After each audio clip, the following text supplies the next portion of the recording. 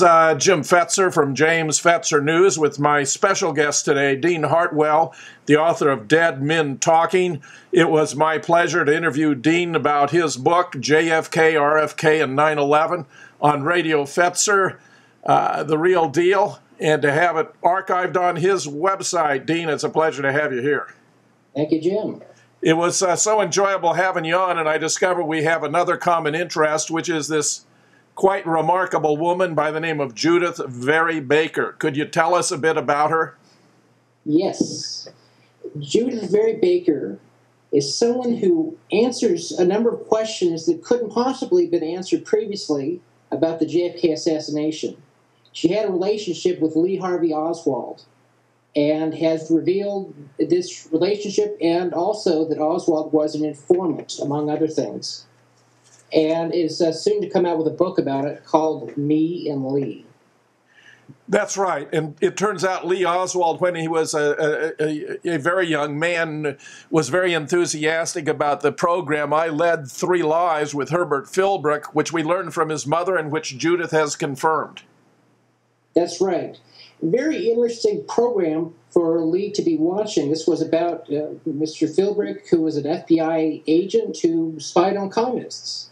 And apparently Lee said, I want to be like this guy. Yeah, it's fascinating. Apparently he was recruited by the Office of Naval Intelligence when he was in the Marine Corps. I used to supervise recruit training at the same recruit depot in San Diego and the same marksmanship range at Edson Range at Camp Pendleton, where he took his recruit training just a few years after he was there. Yes, remarkable. This is a man who learned Russian very quickly. Someone who apparently was said to have made pro-Castro or Marxist comments, yet was tolerated by the Marines, which usually doesn't tolerate that kind of talk. You've got to wonder, or a person should wonder upon learning that sort of thing about Oswald, there's something special about him. You're absolutely right, Dean. In 1958, for example, after qualifying with a 212 in 1957, he didn't qualify at all, which is a violation of a standing order for all Marines, from the highest-ranking general to the lowest-ranking private. That meant he was on some sort of special assignment, which appears to have been involved in his stationing at Atsugi, our most classified base, his pseudo-defection to the Soviet Union, returned to the United States, where he wound up in New Orleans, where he met Judyth Vary Baker. Yes, indeed, he did. and other people as well. And you know, Ferry. I know, David Ferry and Guy Bannister and I think even Clay Shaw and a host of other fascinating characters who were very well portrayed in the film, Oliver Stone's magnificent film JFK, but of course she knew him for real, Dean. That's the real deal about her. And how many people are around who can say they knew Oswald firsthand? I know. I don't think there are any. I know. See if you agree. I think that she's important for at least 2 really fundamental reasons. One is, by virtue of describing Oswald and her relationship with him, it humanizes him. After all these decades of demonizing the man, he wasn't a loner. He was an affable fellow. He had a good sense of humor, and he had normal human relationships with others. Judyth even talks about them double dating with friends.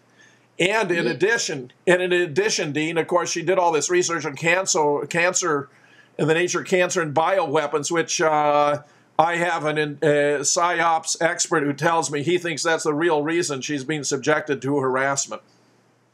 It could be. It's not always something apparent, so that's quite possible. I think it's wonderful that you are featuring her on your blog. Would you tell us a bit about what inspired you to do that?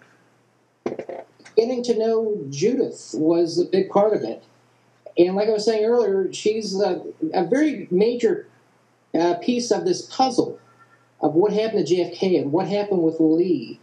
And I'm fascinated with what she says. I've checked out much of her assertions. I found them to be true. And I feel like this is something very important, and I want to do what I can to get the message out, and my blog is one way to do that.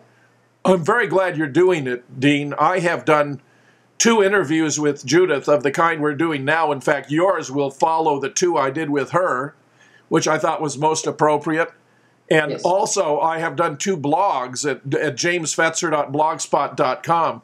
I don't know if you've been following the elaborate exchanges on the Deep Politics Forum, and especially on the John Simkin Forum, the Simkin Forum, also known as the Education Forum, but it's become over 200 posts there with lots of evidence, lots of documents, lots of photographs. Dean, she's an amazing researcher herself, although she's principally a witness. She is better at research than 95% of the members of the forum. I would agree. I'm very impressed with her skills. She offers insight, and she offers good analysis. She just talks common sense. It's unbelievable that I feel like we have this link to history, Dean. We do. Well, we need to protect this link as well. Absolutely. I think that's absolutely right.